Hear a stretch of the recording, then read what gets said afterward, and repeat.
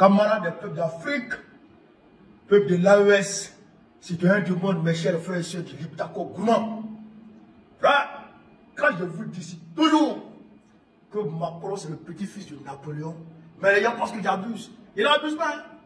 C'est que Macron se croit encore en 1885 à la conférence de Berlin. Là, la France et puis l'Algérie vont avoir un dialogue sur le Sahel, un dialogue stratégique sur le Sahel, sans les Sahéliens. Regardez-moi les choses comme ça.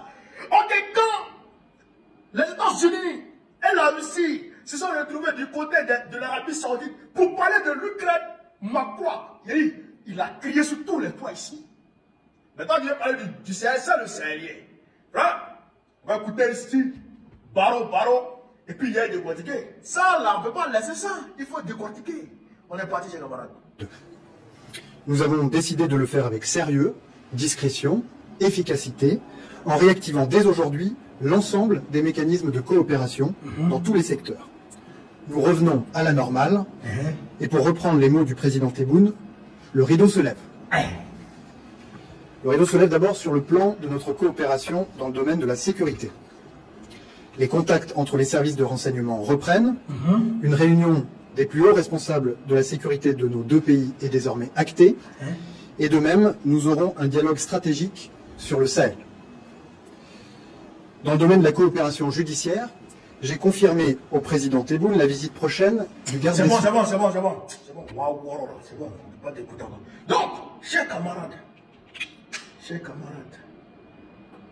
le contact entre les hauts responsables de sécurité de la France et de l'Algérie est acté, c'est-à-dire qu'ils ont repris contact. Donc, ils sont en train de travailler ensemble. Et dans la même veine, un dialogue stratégique va avoir lieu entre l'Algérie et la France sur le Sahel. Est-ce qu'il peut dire, il peut rester où il a arrêté là? Jean-Noël Barrot, est-ce qu'il peut s'arrêter où il a arrêté là? Pour dire qu'un dialogue stratégique va avoir lieu entre l'Algérie et la France sur la Chine. Est-ce qu'il peut s'arrêter là, pour dire qu'un dialogue stratégique va avoir lieu entre la France et l'Algérie sur les États-Unis? S'il a dit ça aujourd'hui, Trump va venir le prendre pour le fesser devant tout le monde comme ça. Devant tout le monde, il va le fesser. Ça là, ces propos-là, moi je pense que c'est condamnable. Au plus haut niveau de nos États, je pense que c'est condamnable. Par voie diplomatique, avec des correspondances pour dire, ah, on n'est pas d'accord avec ça, ça peut se faire. Ou, quand nos autorités ont appelé les ambassadeurs, on peut leur dire, ah, ce que vous avez fait, on n'est pas d'accord avec ça. Ça se fait, hein? Tout ne se dit pas sur la toile, tout ne se dit pas dans la presse. Mais en tout cas, ça là, c'est condamnable. Vous comprenez ça? C'est condamnable, ça là. C'est pourquoi j'ai tenu à faire une vidéo dessus. Tebboune doit comprendre quelque chose. Il doit comprendre que l'Algérie gagnerait mieux à être ami de l'AES qu'à être adversaire ou ennemi de l'AES. Tebboune doit comprendre ça. Parce que si l'AES sombre, l'Algérie va sombrer à coup sûr. La France est un couteau à double tranchant. Hier même, j'étais sur les réseaux sociaux, sur TikTok, et puis je suis tombé sur la vidéo d'un journaliste qui est il était en train de parler du Congo. Pendant que la France fait l'ami parfaite avec Tshisekedi, en même temps, elle fait l'ami parfaite avec le M23. Elle permet au M23 d'ouvrir des entreprises, des entreprises minières en France pour pouvoir voler les ressources de la RDC pour venir vendre en France par le 8e arrondissement. Vous comprenez ça? Bon, on a vu ici pourquoi l'ambassadeur Christian Ouyé a été chassé par la France. L'ambassadeur, l'ancien ambassadeur du Mali, de la France au Mali, pourquoi il a été chassé? Parce qu'il a dit, il ne faut pas travailler avec le MNLA. Est-ce qu'il a dit? Or, la France travaillait avec le MNLA, qui était ennemi d'abord de Diokouna Traoré, ensuite de Ibeka, c'est l'ennemi du Mali. Et en même temps, la France travaillait avec le Mali. La France trouvait des crédits pour donner au Mali. La preuve en est que l'Union européenne, grâce à la diplomatie française, l'Union européenne a décaissé de l'argent. Le fils de Ibeka a volé tous les jetons des papiers, loué les yachts pour s'amuser avec les petites filles. Donc la France est comme ça. Aujourd'hui, vous êtes amis avec la France. Demain, au même moment où vous êtes amis avec la France est amie avec vos ennemis. Ça veut dire quoi? Ça veut dire que les islamistes algériens qui ont endeuillé l'Algérie pendant la décennie noire, la France les soutenait. Et ceux-là sont encore là, la France les soutient.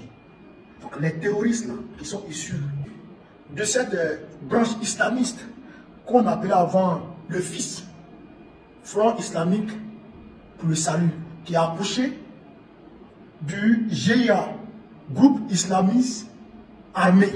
Vous comprenez ça? Et c'est ce groupe-là, islamiste armé là, qui a endeuillé l'Algérie. Et le seul président qui a voulu lutter efficacement contre ces groupes armés et qui par la suite avait voulu rompre avec le capitalisme, l'ultra-capitalisme, pour que les ressources de l'Algérie reviennent aux Algériens, c'est-à-dire qu'un nationaliste qui s'appelait Mohamed Boudia, il a été tué par ces nationalistes et par ces terroristes.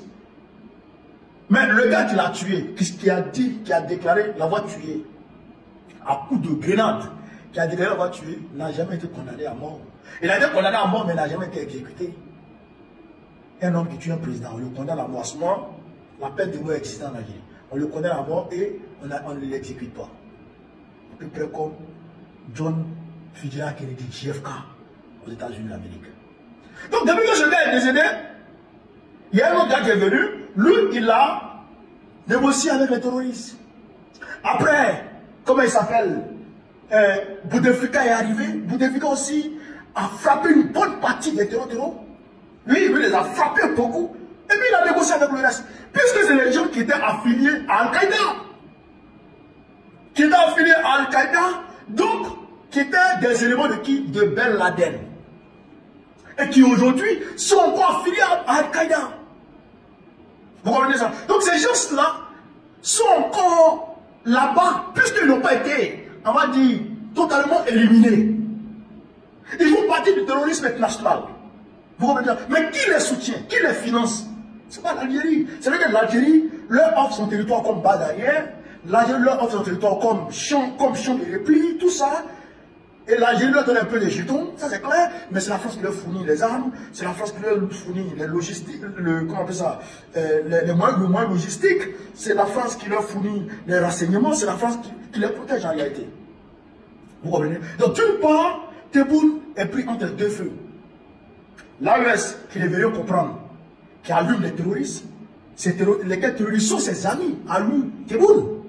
Les terroristes sont ses amis, puisqu'ils collaborent avec eux, puisqu'ils les protègent. Donc, c'est ses amis. Donc, il dit qu'il a mis avec l'AES. Il a mis avec les ennemis de l'AES. Et il était contre il avait des brouilles contre la France, qui est l'ami de ses amis. Donc, la France et puis l'Algérie de Tebboune ne peuvent jamais être ennemis. Vous comprenez ça? Puisque l'ami de la France est l'ami de Tebboune. Ils sont obligés de s'entendre à un moment ou à un autre. C'est pourquoi Tebboune a accepté de tourner le dos à la France. Pardon, à l'AES. Or, le jour où Tebboune a frappé le drone du Mali, mais ce jour-là, il y avait une réunion à laquelle prenait part Amadou Koufa, selon les dernières informations qu'on a eues ici et là.